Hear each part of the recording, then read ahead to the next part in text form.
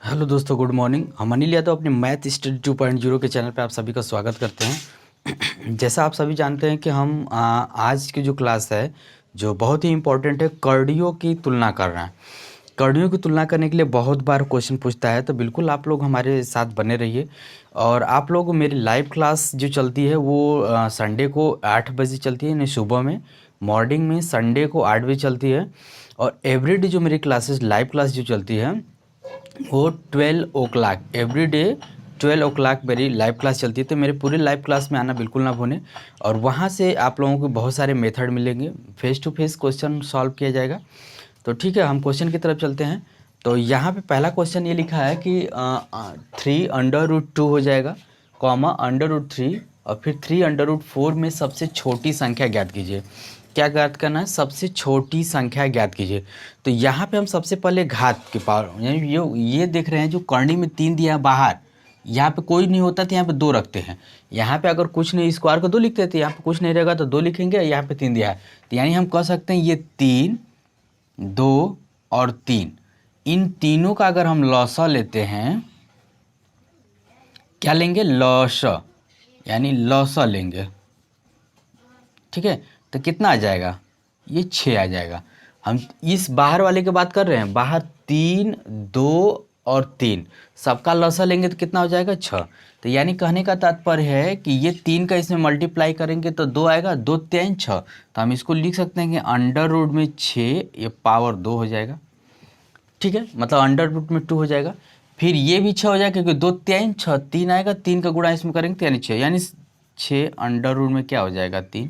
यानी कहने का मतलब कि सब में ये अंडर रूट में 6 हो जाएगा और ये हो जाएगा 4। बात समझ में आ रही है?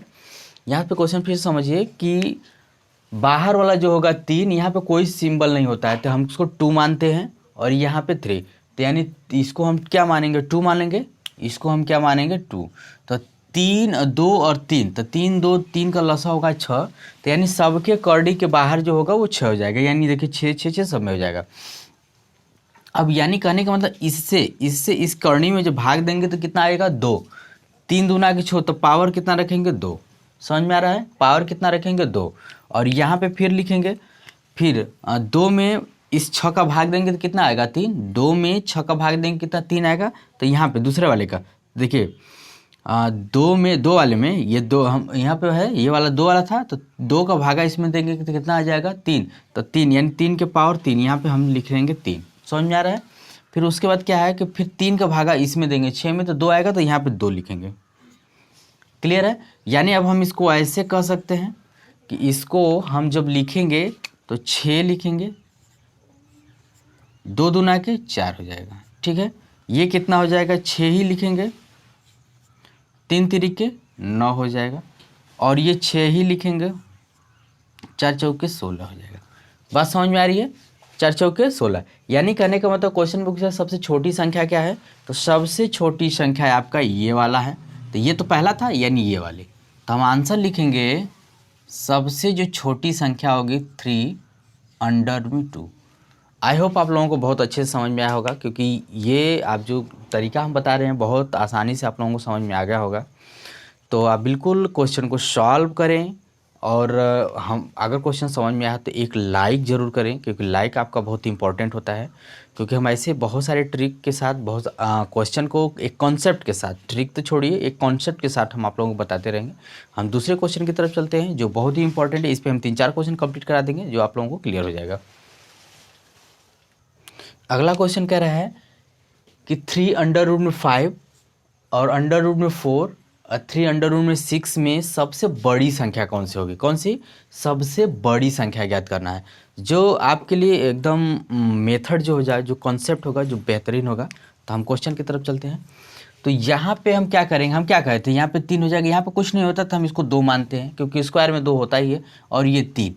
तो हम ये लिख सकते हैं कि 3, 2 और 3, इन तीनों का अगर हम लॉसा लेंगे, क्या लेंगे? लॉसा।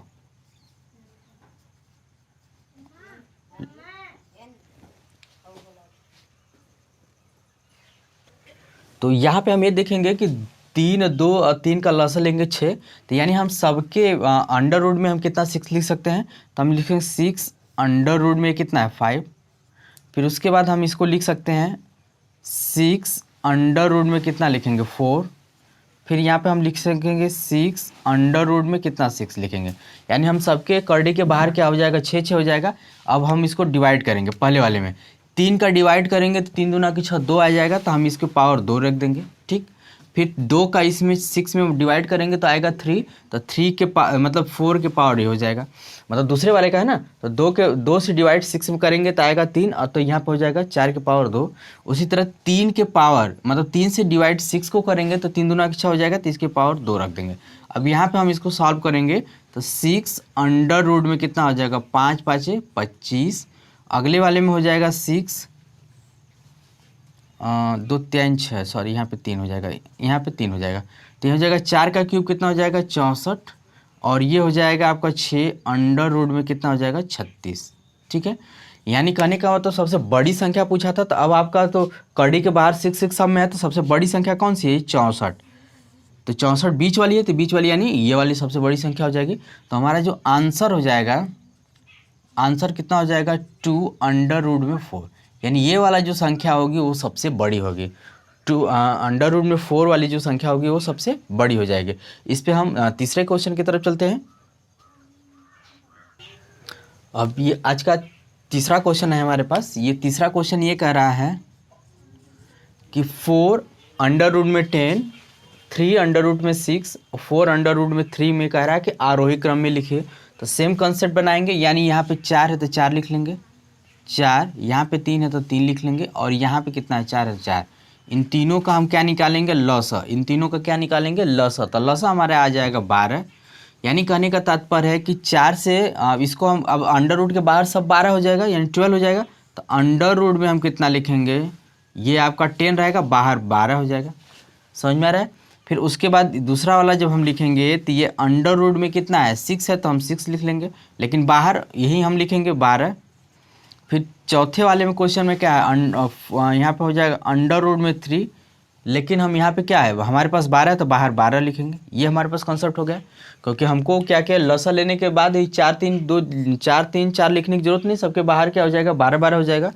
अब हम देखेंगे 4 में इसको डिवाइड करेंगे तो कितना आ जाएगा 3, तो पावर यहाँ पे 3 लिखेंगे, ठीक है। फिर 3 में 12 का डिवाइड करेंगे, यानी 3 4 जाते हैं 4 आएगा, तो यानी यहाँ 4 लिखेंगे, मतलब 12 में 3 का भाग देंगे तो 4 आएगा, तो पावर कितना लिखेंगे 4।